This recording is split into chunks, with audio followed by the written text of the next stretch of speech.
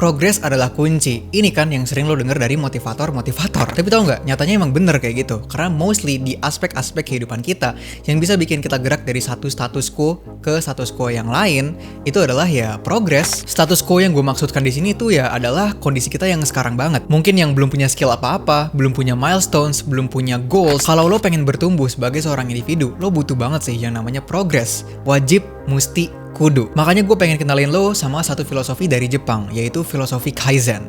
Roll the bumper. Let's go.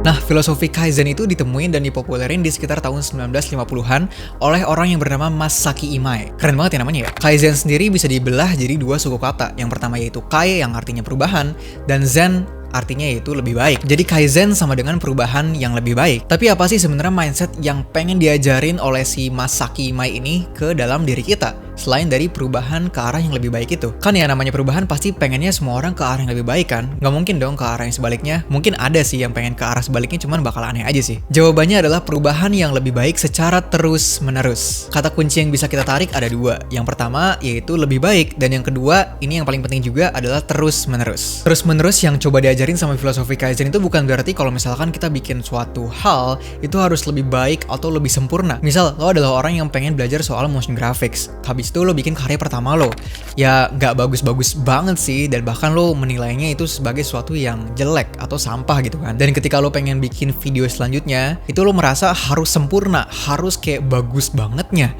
harus nutupin semua kesalahan di karya pertama lo. Dan hal ini sebenarnya pengen coba untuk dimenahin sama filosofi Kaizen. Karena kalau misalkan lo berkarya dan lo pakai pendekatan yang pertama tadi, the pressure is just so damn big. Kaizen di sisi lain cara kerjanya tuh kayak gini. Misalkan lo baru pengen belajar skill baru, sama dengan lo nggak punya basic skills apa-apa dong, kayak masih level 1 atau newbie-nya kan. Dan lo lagi-lagi bikin karya pertama lo. Jelek, udah pasti dong. Tapi di sini Kaizen ngajarin kita untuk embrace atau kayak semacam meluk erat kesalahan-kesalahan di karya kita, atau kayak kurang-kurangnya di mana sih gitu loh. Jadi buat konteks, misal lagi belajar bikin video, terus yang paling menonjol kurangnya ternyata ada di pengambilan gambarnya alias di syutingnya. Lo nggak usah muluk-muluk pengen benerin semuanya. Misalkan lo pengen benerin pengambilan gambarnya, iya, settingan kameranya, iya, komposisi, tata cahaya kayak lighting, hal-hal lainnya yang berkaitan dengan produksinya. Kalau misalkan lo nge-push hal itu di karya selanjutnya, gue jamin lo akan keteteran. Kecuali kalau misalkan di konteks profesional, karena ada urusan sama klien. Cuman ketika lo lagi proses belajar secara mandiri, atau misalkan lo lagi bikin karya secara iseng-iseng, menurut gue lo akan ngerasa overwhelming dengan adanya pressure seperti itu. Jadi lo coba aja buat benahin satu-satu dulu. Kayak misal di karya kedua, lo benahin di settingan kameranya dulu, karena itu yang paling visible atau yang paling mudah untuk dilakuin. Selanjutnya lo coba untuk bermain dengan komposisi. Selanjutnya lagi lo coba untuk bermain dengan tata cahayanya, dan begitu aja terus. Tapi satu-satu gitu, jangan semuanya langsung. Kalau misalkan lo ngelakuin hal ini secara nggak langsung, lo akan jadi konsisten juga kan, karena ya lo akan terus-terusan berkarya sambil benahin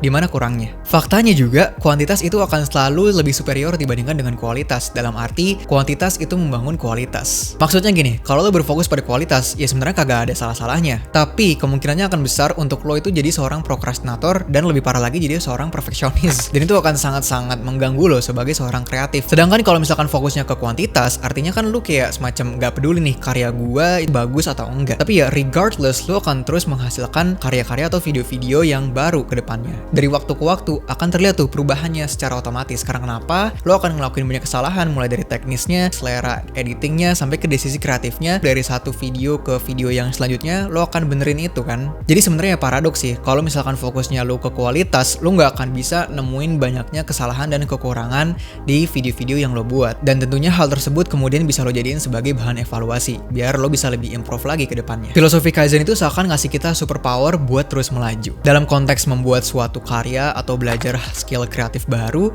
ya lo nggak usah peduli dengan karya yang mungkin harus bagus-bagus amat, tapi dalam jangka waktu yang panjang dan dengan kesabaran diri juga, lo akan dapetin dua-duanya. Kuantitasnya dapet, kualitasnya juga dapet. Jadi harapannya lo bisa ngerti sih interpretasi gue dari filosofi Kaizen ini. Oke, jangan lupa untuk subscribe, like, comment, dan share video ini, and I'll be seeing you guys in the next video.